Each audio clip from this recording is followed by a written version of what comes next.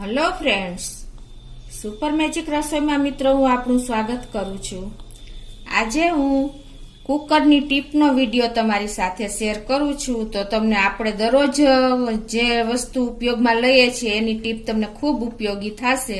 તો તમને ચોક્કસ આ વિડીયો ગમશે। ગમે તો લાઈક કરજો, શેર કરજો અને સબસ્ક્રાઇબ કરવાનું તો ભૂલતા જ નહીં। તો મિત્રો, આ એક કુકરની ટીપમાં શું હોય છે મિત્રો, આપણે રોજ બરોજ જો કુકરનો ઉપયોગ તો થતો જ હોય છે અને ઘણી વખત આપણે આ હેન્ડલ એના લૂઝ એકદમ થઈ જાય છે અને આપણે એટલા હેરાન થાય છે। જો આવા હેન્ડલ લૂઝ હોય તો આપણે એનો ઉપયોગ કરવો અને અઘરો થઈ પડે છે અને આપણાથી ફિટ પણ ન થતું। ફિટ કરી છે તો પાછું 3-4 દિવસમાં નીકળી જાય છે। તો એના માટે શું કરવાનું કે તમારે શું કરવાનું, પહેલા આ જે એનો બોલ લૂઝ પડી ગયો હોય છે ને એ બોલ તમારે કાઢી લેવાનો। પહેલા તો આવી રીતે ડીસમીટથી કાઢી લેવાનો।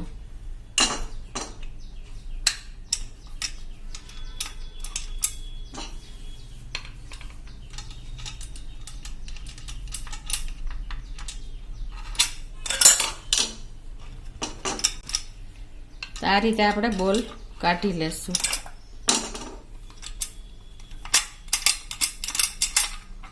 જો હવે આ બોલ નીકળી ગયો ને મિત્રો, એટલે આપણું હેન્ડલ જુદું જ થઈ જાય છે।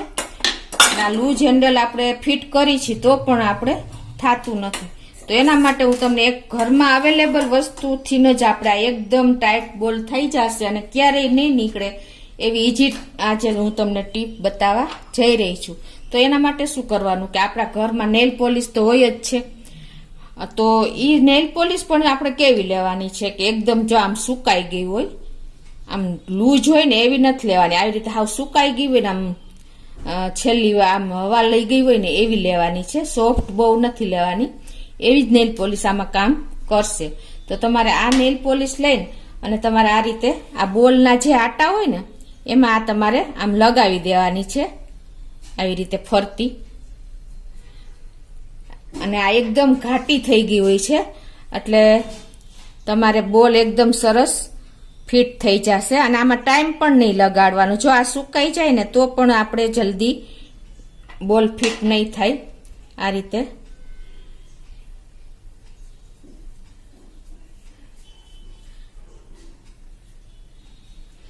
રીતે લગાવ્યા પછી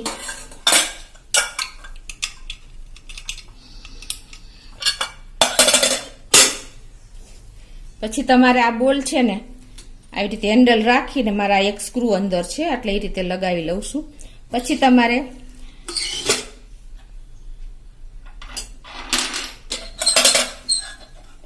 આવી રીતે રાખી દેવાનો।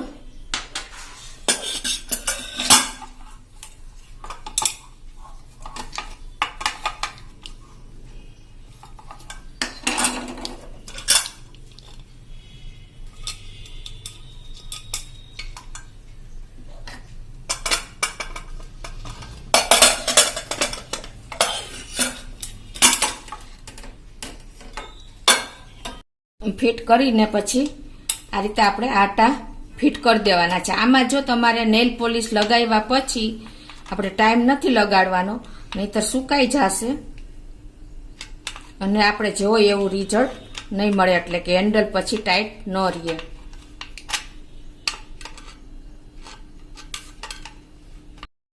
આ રીતે આપણે ફૂલ ફિટ કરી દેવાનો છે અને પછી જો આપણું એકદમ ટાઈટ થઈ ગયું, કેમ કે નેલ પોલિશ એકદમ સ્ટીક થઈ ગઈ છે આટા સાથે અને આપણે ફિટ પણ બોલ કરી દીધો છે। જો હવે જરાય પણ ઢાંકણું હલતું નથી અને આને આપણે થોડીક વાર સુકાવા દેવાનું છે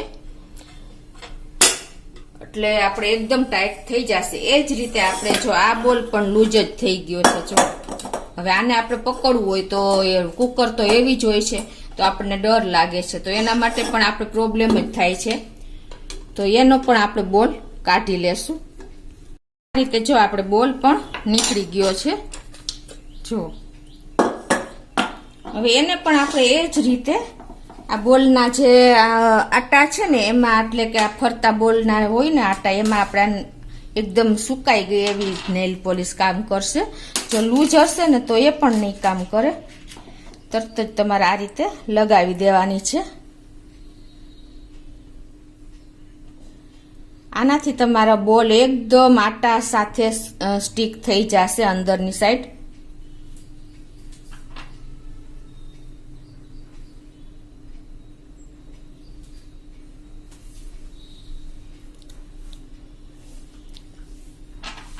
હવે એને તમારે આ રીતે હેન્ડલ રાખીને અને અંદર ઇન્સર્ટ કરી દેવાની છે.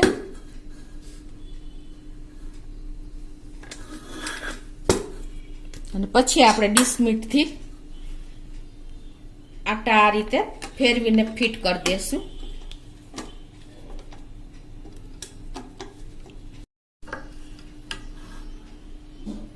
જો આ રીતે આપણે એકદમ ટાઈટ બોલ થઈ ગયો છે.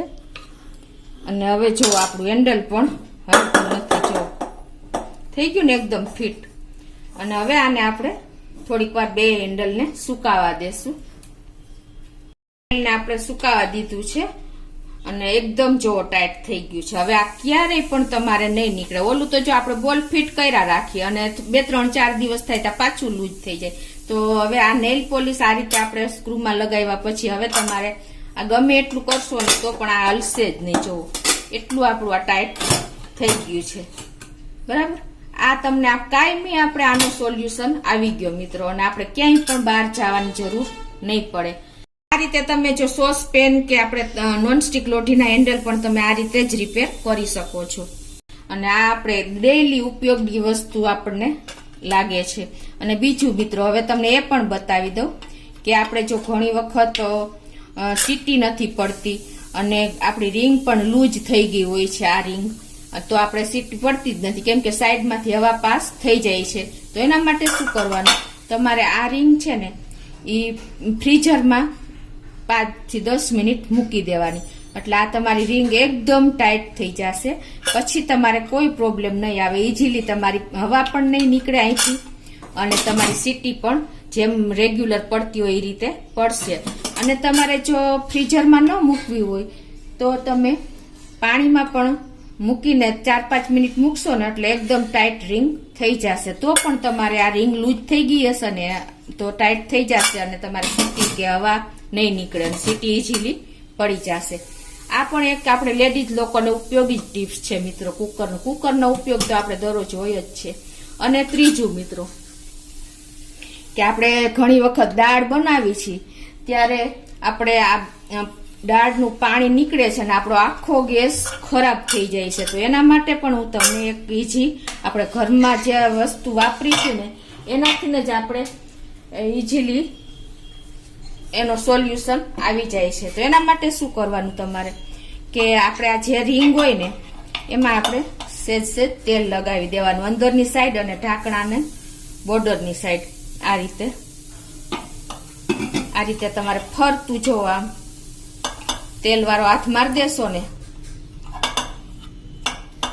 આ રિંગની અંદરની સાઈડે આમ લગાવી દેવાનું અને અહીં બહાર આપણે ઢાંકણાની બોર્ડરની સાઈડ પણ લગાવી દેવાનું. અને બીજું કે આપણે જ્યાં કુકરની અંદરનો સાઈડનો ભાગ હોય ને ત્યાં પણ આ તમારે ઓઇલ વાળું કરી દેશો અને પછી તમે દાળ મૂકશો ને તો તમારું દાળનું પાણી અહીંથી બહાર નીકળશે જ નહીં મિત્રો. એટલું આપણને આ ઉપયોગી થાય છે. એટલે આ પણ તમને આ ટિપ્સ પણ ઉપયોગી જ લાગશે મિત્રો. અને ત્રીજું કે ઘણી વખત આપણે જો સીટી અડધેથી અટકીને આપણે આવી રીતે આમ ઊંચી થઈ જાય છે અને આખી સીટી પડતી નથી. તો એનું કારણ એ હોય છે કે આપણે જે આ હોલ્સ હોય છે ને એ આપણે બંધ થઈ ગયા હોય છે. જો આ હોલ આ ફરતો હોલ એ બંધ થઈ ગયા હોય છે. તો એનું પણ હું તમને આજે ટીપ બતાવું છું. જો આપણે ઘરમાં સેફટી પિન કે સોય કાંઈ પણ વસ્તુ હોય ને તો એનાથી તમારા હોલ એકદમ ક્લીન કરી લેવાના. કેમ કે આમાં કચરો ભરાઈ ગયો હોય છે. આવી રીતે તમે ક્લીન કરી લેવાના ફરતા જે હોલ હોય છે ને એ. પછી તમારે શું કરવાનું કે અહીંથી તમે ફૂંક મારશો ને એટલે બહારની હવા નીકળશે. એમ કરશો ને એટલે બહાર તરત જ હવા તમારા હાથમાં ફીલ થશે. એટલે એકદમ આપણી આ નોઝલ ક્લીન થઈ ગયું હોય છે. એટલે તમારે સીટી આમ અડધી જે પડે છે ને એને બદલે તમારે ફૂલ સીટી પડવા માંડશે. તો તમને મિત્રો આજે મેં કુકરના જે પ્રોબ્લેમ હોય છે ને તમને બધી મેં ટિપ્સ સાથે બતાવ્યા છે. અને આપણે આ રોજિંદા કામમાં દરરોજ ડેઈલી આપણે ઉપયોગી થાય એવી મેં તમને આજે ટીપ શેર કરી છે. તો ચોક્કસ તમને મારો વિડીયો ઉપયોગી થશે. તમને ગમે તો લાઈક કરજો, શેર કરજો અને સબસ્ક્રાઇબ કરવાનું તો ભૂલતા જ નહીં.